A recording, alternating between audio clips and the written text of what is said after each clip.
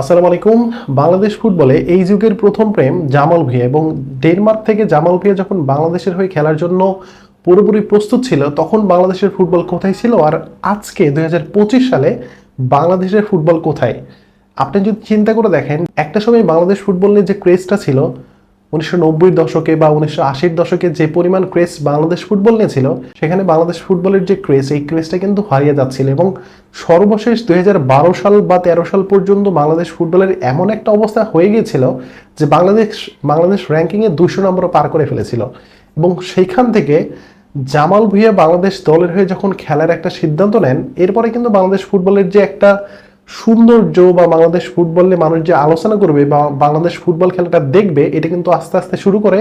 এবং জামাল ভুঁইয়া যখন তিনি বাংলাদেশের হয়ে খেলবেন, তখনকার বাংলাদেশ আর এখনকার বাংলাদেশের মধ্যে কিন্তু অনেক বেশি পার্থক্য রয়েছে। এবং জামাল ভুঁইয়া জেনজিদের, অর্থাৎ এই জেনারেশনের প্রত্যেকটা দর্শকদের কাছে প্রথম প্রেম কিন্তু আমাদের জামাল ভুঁইয়া। হয়তো এখন বাংলাদেশ জাতীয় দলে হামজা চৌধুরী খেলছেন বা সামনে আরো বড় বড় প্লেয়ার আসবেন, কিন্তু জামাল ভুঁইয়ার প্রতি যে একটা প্রেম বা একটা ভালোবাসা, বা তাকে নিয়ে যে আমাদের একটা গর্ব করা, তিনি যখন লা লিগাতে কমেন্ট্রি করতে যান, একই সাথে তিনি যখন আর্জেন্টিনাতে লিগ খেলতে যান, বা বাংলাদেশ দলের হয়ে তিনি যখন প্রতিনিধিত্ব করেছেন, অধিনায়কত্ব করেছেন, এবং একই সাথে আন্ডার-23-তে কাতারের বিপক্ষে যে গোলটা, এবং একই সাথে ইন্ডিয়ার বিপক্ষে সল্ট লেকে বাংলাদেশের এমন একটা সময়ে তার ফ্রি কিকে সাদুদ্দিনের গোল করা, এই সব কিছু মিলে জামাল ভুঁইয়া ছিল বাংলাদেশ ফুটবলের অন্যতম সেরা একজন নায়ক এবং পোস্টার বয়।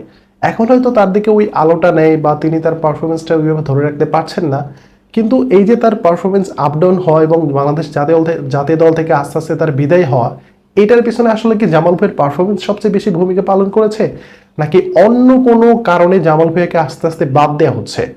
প্রথমত হচ্ছে যে বাংলাদেশ ফুটবলে যখন জামাল ভুঁইয়ার আবির্ভাব হয়, তখন বাংলাদেশ ফুটবল খেলা কিন্তু কেউ একটা দেখতো না, বা আমি নিজেও আলোচনা করতাম না, বা আপনারা যারা ভিডিওটা দেখছেন তারা হয়তো বাংলাদেশ ফুটবল নিয়ে অত বেশি মাতামাতি করতেন না।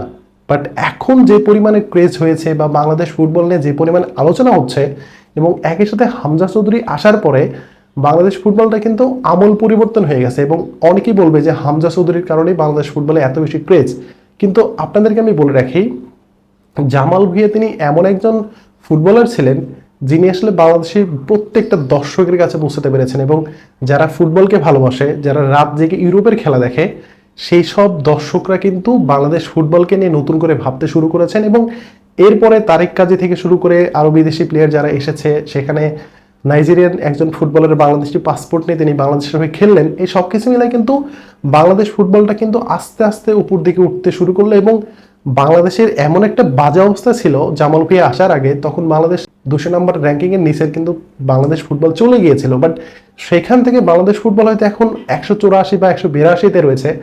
এই র্যাঙ্কিংটা শুধুমাত্র একটা সংখ্যা, বাট বাংলাদেশ ফুটবল কিন্তু 160 বা 150তম দলের মতো কিন্তু ফুটবলটা এই মুহূর্তে খেলছেন। বাট র্যাঙ্কিংটা তাদের কাছে খুব একটা বড় ম্যাটার হওয়ার কথা ছিল না, বা এখনো নেই। কারণ আমি আপনি যারা বাংলাদেশের ফুটবল দেখি, বাংলাদেশ যেভাবে ফুটবল খেলে সেই অনুযায়ী বাংলাদেশের র্যাঙ্কিংটা কিন্তু অনেক পিছিয়ে রয়েছে। সো এর জন্য বেশি বেশি ম্যাচ খেলতে হবে এবং বাংলাদেশ দলকে ম্যাচ জিততে হবে। এর মাধ্যমে হয়তো বাংলাদেশের ফুটবলের যে র্যাঙ্কিং সেটা বাড়তে পারে। সো জামাল ভুঁইয়াকে নিয়ে যদি আমি কথা বলি, তাহলে জামাল ভুঁইয়া কিন্তু একটা সিন্ডিকেটের শিকার হতে যাচ্ছেন বা হবেন, এরকম কিন্তু একটা আজ কিন্তু আমরা অনেক আগে থেকেই পেয়ে আসছিলাম। যখন তিনি সাইব স্পোর্টিং ক্লাবে খেলতেন, তিনি তখন মোটামুটি ভালো একভাবে খেলে গেছেন এবং সাইব স্পোর্টিং ক্লাবের তিনি ক্যাপ্টেন ছিলেন।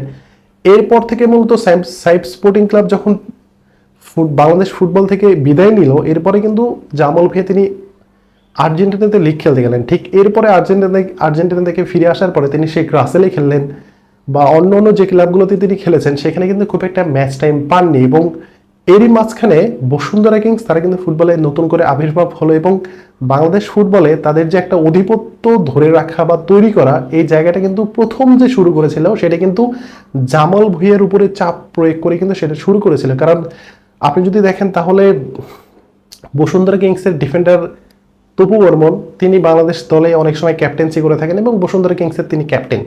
সো তপু বর্মন তার হাতে যেন ক্যাপ্টেন্সির আর্মব্যান্ডটা থাকে, সেই জন্য জামাল ভুঁইয়ার উপর একটা অন্যরকম প্রেশার ক্রিয়েট করা হচ্ছিল। এবং একটা সময় জামাল ভুঁইয়া কোনো ধরনের ক্লাবই পাচ্ছিল না, এবং যে ক্লাবে তিনি খেলার সুযোগ পেয়েছেন সেখানেও তিনি খুব একটা ম্যাচ টাইম বা মাঠে নামার যে একটা সুযোগ সেটা কিন্তু তিনি পাচ্ছিলেন না। ঠিক এই মোমেন্টে বসুন্ধরা কিংসের মাধ্যমে দেখা যাচ্ছিল যে জামাল ভাইয়ের উপরে একটা অদৃশ্য চাপ প্রয়োগ করা হচ্ছিল, এবং একই সাথে বাংলাদেশ দলের হেড কোচ হয়ে হিসেবে আসে হাভিয়ার ক্যাবরেরা, এবং হাভিয়ার ক্যাবরেরা যখন বাংলাদেশ দলের হয়ে প্রথম অ্যাসাইনমেন্টগুলো পালন করছিলেন ঠিক তখনই সিন্ডিকেটের মাধ্যমে তিনি আসলে অনেক প্লেয়ারকে দলে রেখেছেন, অনেক প্লেয়ারকে বাদ দিয়েছেন, এবং এরই অংশ হিসেবে জামাল ভুঁইয়াকে আস্তে আস্তে করে বাংলাদেশ দল থেকে ছাঁটাই করা হয়। প্রথমে তাকে ম্যাচ টাইম খুব একটা দেওয়া হতো না, দেখা যাচ্ছে যে সেকেন্ড হাফে তাকে 10-15 মিনিট খেলানো হতো, বা ফার্স্ট হাফে তিনি যদি খেলতেন না তাহলে সেকেন্ড হাফে তাকে উঠাই নেওয়া হতো।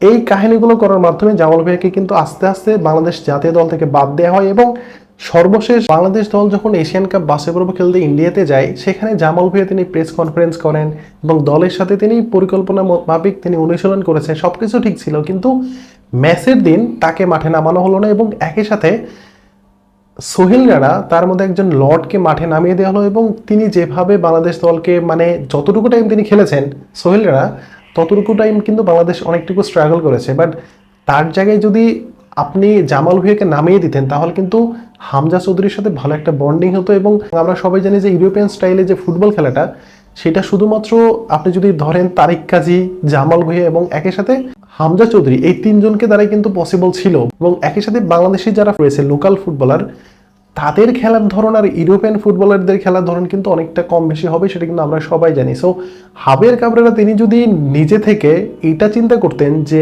আমি হামজা চৌধুরীর সাথে তারিক কাজী এবং জামাল ভুঁইয়াকে একাদশে মাঠে নামাবে এবং তারা শুরুর একাদশে থাকবে, এবং বাংলাদেশ দল কতটুকু ভালো করে সেটা একটু দেখার চেষ্টা করবে, এবং জামাল ভুঁইয়া যেভাবে ফুটবল খেলেন সেটা কিন্তু আমরা ঘরোয়া লিগেও দেখেছি যে তার যে পাসিং বা তার যে খেলার স্টাইল সেটা কিন্তু লোকাল ফুটবলের চাইতে অনেক অনেক গুণ বেটার। সো সেখানে হামজা চৌধুরীর সাথে তিনি যদি মাঠে থাকতেন তাহলে কিন্তু বাংলাদেশ ফুটবল টিমের রেজাল্টটা সেটা কিন্তু অন্যরকম হতেও পারতো, বা অন্যরকম হলেও হতে পারতো, এটা কিন্তু আমরা সবাই জানি। বাট সেখানে হাভিয়ার ক্যাবরেরা তিনি সিন্ডিকেটের কবলে পড়ে বাংলাদেশ টিমের যে ক্যাপ্টেন তাকে একাদশের বাইরে রাখে, এবং শেষ পর্যন্ত যখন সাবস্টিটিউটের মাধ্যমে অন্য প্লেয়ারদেরকে নামিয়ে দেওয়া হয় তখনই কিন্তু জামাল ভুঁইয়ার নামটা আসেনি। এটা কিন্তু সবচেয়ে একটা বড় মানে সারপ্রাইজ ছিল যে জামাল ভুঁইয়াকে তখন পর্যন্ত নামানো হয়নি। ঠিক এই ম্যাচটার পরে জামাল ভুঁইয়ার ভবিষ্যৎ নিয়ে অনেকেই কিন্তু প্রশ্ন তুলেছে যে জামাল ভুঁইয়া আদৌ বাংলাদেশ জাতীয় দলে আর সুযোগ পাবে কিনা বা সেই বিবেচনায় থাকবে কিনা। বাট আপনি যদি চিন্তা করে দেখেন তাহলে সোহেল রানার মতো লর্ডরা যদি জাতীয় দলের সুযোগ পায় তাহলে জামাল ভুঁইয়া কেন পাবে না? জামাল ভুঁইয়ার ফিটনেস, জামাল ভুঁইয়ার পাসিং বা জামাল ভুঁইয়ার ফুটবল সেন্স সব কিছু কিন্তু বাংলাদেশি লোকাল ফুটবলের চাইতে অনেক অনেক গুণ বেশি। বাট এরপরেও জামাল ভুঁইয়াকে যেভাবে সিন্ডিকেটের মাধ্যমে তাকে বাদ দেওয়া হলো এবং তাকে একদম বলতে পারেন যে এক প্রকার মাঠের বাইরে পাঠিয়ে দেওয়া হলো, সেটি কিন্তু আসলে Bangladeshi as a football fan হিসেবে সেটি কিন্তু কোনোভাবেই মানতে পারেনি। এবং আমাদের যে প্রথম ভালোবাসা সেই প্রথম ভালোবাসার প্রতি কিন্তু অনেক বড় ধরনের একটা আঘাত চলে এসেছে, এবং বাংলাদেশের জাতীয় দল থেকে জামাল ভুঁইয়াকে বাদ দেওয়ার যে একটা সিন্ডিকেট সেটা কিন্তু অলরেডি কাজ করতেছে, এবং জামাল ভুঁইয়া কিন্তু এখনও কিন্তু ঘরোয়া লিগে কোনো দল আদৌ পেয়েছেন কিনা সেটা কিন্তু আমি এখন পর্যন্ত জানি না। যদি কেউ জানেন কোন দলে হয়ে তিনি খেলছেন, সো এটা আমার জন্য একটু ভালো হবে। বাট সবচেয়ে বড় প্রশ্ন হচ্ছে যে জামাল ভুঁইয়া তিনি যে টাইমে বাংলাদেশ ফুটবলের হালটা ধরেছিলেন এবং আজকে বাংলাদেশের ফুটবল কোথায়, সো এর পেছনে কিন্তু জামাল ভুঁইয়ার যে একটা অবদান সেটি কিন্তু ভাই আপনি অস্বীকার করতে পারবেন না, কোনোভাবে অস্বীকার করতে পারবেন না। হয়তো জামাল ভুঁইয়া তিনি গোল করতে পারেনি বা মাঠে ওইভাবে প্রভাব বিস্তার করে খেলতে পারেনি, এটার পিছনে হয়তো অন্য একটা কারণ থাকতে পারে। যেমনটা আমি একটু আগে বলেছিলাম যে ইউরোপিয়ান ফুটবল স্টাইলে যেভাবে ফুটবলটা খেলে ইউরোপিয়ান ফুটবলারদের সাথে লোকাল ফুটবলারদের মধ্যে কিন্তু অনেক বেশি পার্থক্য থাকবে। সো জামাল ভাই কিন্তু ফ্লুইডলি ওইভাবে যে একটা পাস দিয়া বা কারো থেকে পাস এক্সপেক্ট করে সেটা কিন্তু কখনোই তিনি মাঠের ভিতরে পাননি। সো জামাল ভাইয়ের খেলার যে ধরন সেটা কিন্তু আসলে বাংলাদেশি ফুটবলারের চাইতে অনেক অনেক গুণ বেশি রয়েছে। সো আমাদের প্রথম ভালোবাসা জামাল ভাইয়াকে আমরা অনেকদিন পর্যন্ত জাতীয় দলে দেখতে চাই, এবং এক পাশে হামজা চৌধুরী আর এক পাশে জামাল ভাইয়া, এদের মাধ্যমে বাংলাদেশ ফুটবল যেভাবে সামনের দিকে এগিয়ে যাচ্ছে হয়তো সামনে আরও অনেক বড় বড় ফুটবলার আসবে, বাট জামাল ভাইয়ের যে একটা জায়গা বা জামাল ভাইয়ের প্রতি যে আমাদের ভালোবাসা সেটা কিন্তু ভাই কোনোদিনও কমবে না। কারণ জামাল ভুঁইয়া হচ্ছে বাংলাদেশ ফুটবলের অর্থাৎ এই জেনারেশনের বাংলাদেশ ফুটবলের সর্বপ্রথম প্রেম হচ্ছে সেটা জামাল ভুঁইয়া, এবং জামাল ভুঁইয়াকে কোনো ব্যক্তি বা কোনো একজন ফুটবল ফ্যান তারা কিন্তু তাকে হেট করবে না। মাঝখানে তার ফিটনেস নিয়ে একটু প্রবলেম ছিল, বাট সেটাও কিন্তু তিনি এখন রিকভার করেছে। এখন দেখা যাক সামনে যখন সিঙ্গাপুরের বিপক্ষে বাংলাদেশের মাটিতে যে ম্যাচটা হবে সেখানে জামাল ভুঁইয়াকে আদৌ দলে রাখে কিনা, আর দলে রাখলেও তাকে মাঠে নামাবে কিনা সেটা নিয়ে কিন্তু একটা প্রশ্ন রয়েছে। যদি এই মুহূর্তে বাংলাদেশি ফুটবল ফ্যানরা সিন্ডিকেটের বিপক্ষে তারা আন্দোলন চালিয়ে যাচ্ছে, শেষ পর্যন্ত কতটুকু জামাল ভুঁইয়ার পক্ষে আসে বা জামাল ভুঁইয়া কতটুকু বাংলাদেশের দলের হয়ে খেলতে পারে সেটা কিন্তু এখন সবচেয়ে বড় একটা প্রশ্ন। সো আপনাদের যদি কোনো মতামত থাকে তাহলে অবশ্যই কমেন্ট বক্সে জানাবেন, এবং ভিডিওটা যদি ভালো লাগে অবশ্যই চ্যানেলটিকে সাবস্ক্রাইব করবেন। ধন্যবাদ সবাইকে, আসসালামু আলাইকুম।